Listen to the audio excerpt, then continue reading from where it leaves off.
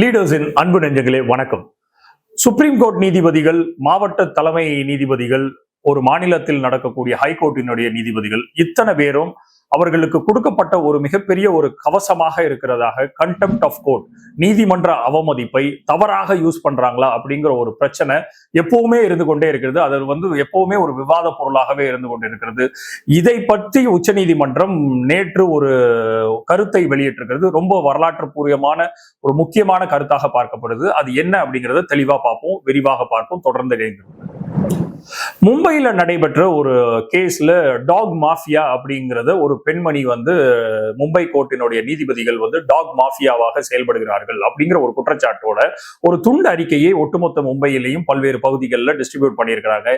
இதை எதிர்த்து தொடரப்பட்ட வழக்கில் அன்றைக்கு அந்த மும்பையினுடைய நீதிபதி அவருக்கு ஒரு வார கால சிறை தண்டனையை விதித்து இது கண்டெம்ட் ஆஃப் கோர்ட், நீதிமன்ற அவமதிப்பு அப்படிங்கிற போர்வையில ஒரு வழக்கை தொடர்ந்து சூமோட்டோவாக எடுத்து அதற்கு ஒரு தண்டனையும் விதித்து அந்த பெண்மணி இதை எதிர்த்து சுப்ரீம் கோர்ட்டுக்கு போகும்போது உச்ச நீதிமன்றத்தினுடைய நீதிபதிகள் நேற்று ஒரு பரபரப்பான ஒரு கருத்தை வெளியிட்டிருக்கிறார்கள். ஏன்னா அது வரலாற்று பூர்வமாக இந்தியாவினுடைய அரசியலமைப்பு சட்டத்துல மிக முக்கியமான ஒரு விவாதத்தை எப்பவுமே கிளப்பி கொண்டே இருக்கிறோம்.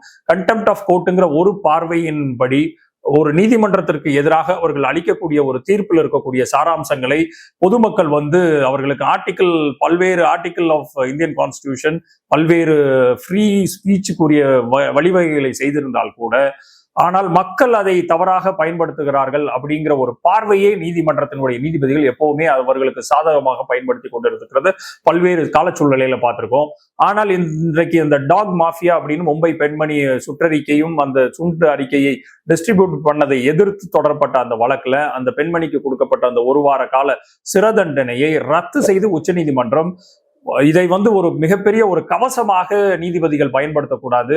நீதிபதிகள் அத்தனை பேருமே ஒரு கருத்து பரிமாற்றத்திற்கான ஒரு பரந்த மனப்பான்மையுடன் இருக்க வேண்டும். அவர்கள் கொடுக்கக்கூடிய தீர்ப்புகளை டைசெக்ட் பண்றதுக்கு அதற்குரிய விவாதங்களை கிளப்புவதற்கு பொதுமக்களுக்கு எல்லா உரிமையும் இருக்கிறது. அதை பத்தின ஒரு உள்நோக்கமான ஒரு கருத்துக்களை பகிர்வதை மட்டும்தான் அந்த கண்டெம்ட் ஆஃப் கோர்ட் ப்ரொசீடிங்ஸ்குள்ள கொண்டு வரணும்.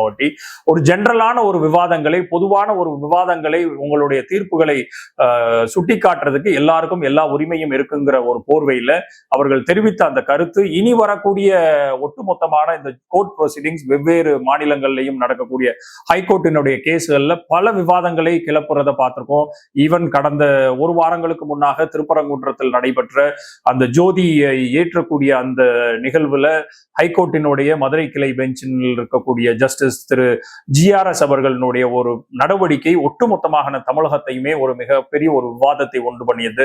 ஏன்னா அவருமே அவருக்குரிய ஒரு பர்சனலான ஒரு கைண்ட் ஆஃப் ஒரு பர்சனல் விஷயங்களுக்காக அந்த தீர்ப்புகளை எழுதுகிறாரோ, இதுவரைக்கும் கிட்டத்தட்ட 14-17 தீர்ப்புகள்ல அவர் உள்நோக்கத்துடன் தீர்ப்புகளை எழுதியிருக்காரா, அவருக்கான ஒரு விவாதம், அவருக்கான ஒரு மத நோக்கி உள்ள சார்பு நிலையை வைத்து அவர் தீர்ப்பை எழுதுகிறாரா அப்படிங்கிற ஒரு விவாதத்தை தொடர்ச்சியாக தமிழகத்தில் அரசியல் ஆர்வலர்களும் பொதுமக்களும் விவாதத்தை உண்டு பண்ணிக்கிட்டே தான் இருக்கிறோம்.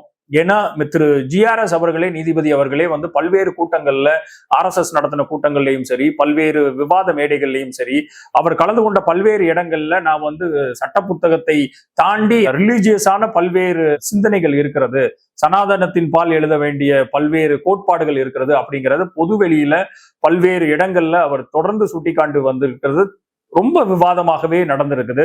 சோ இப்பேற்பட்ட சூழ்நிலையில தான் இந்த திருப்பரங்குன்றம் இஷ்யூவும் நடந்துச்சு. அந்த திருப்பரங்குன்றத்துல நடக்க வேண்டிய நிகழ்வுகளை ஒட்டுமொத்தமாக அரசியலாக்கி அவருடைய ஒரு உள்நோக்கத்துடன் அந்த தீர்ப்பு வழங்கப்பட்டதா, அவருடைய ரிலீஜியஸ் அஃபினிட்டிக்காக அந்த தீர்ப்பு வழங்கப்பட்டதாங்கிறது தொடர்ச்சியாக மாறிக்கொண்டு வரக்கூடிய சூழ்நிலையில இன்றைக்கு இந்த மும்பையினுடைய தீர்ப்பை ரத்து செய்து உச்ச நீதிமன்றம் வெளியிட்டிருக்கக்கூடிய இந்த கண்டெம்ட் ஆஃப் ப்ரொசீடிங்ஸை தவறாக நீதிபதிகள் பயன்படுத்தக்கூடாது அப்படிங்கிற ஒரு பார்வை மிக முக்கியமான பார்வையாக இருக்கிறது. திருப்பரங்குன்றம் பத்தின அந்த இஷ்யூல திரு GRS அவர்களுடைய நடவடிக்கைகளும் அதற்கு நோக்கி எடுத்தப்பட்ட பல்வேறு விவாதங்களையும் பற்றி ஒரு தெளிவான விரிவான காணொலியை நான் அடுத்த வீடியோல பகிர்றேன். தொடர்ந்து இணைந்திருங்கள் லீடர்ஸ் சேனலுடன். நன்றி, வணக்கம்.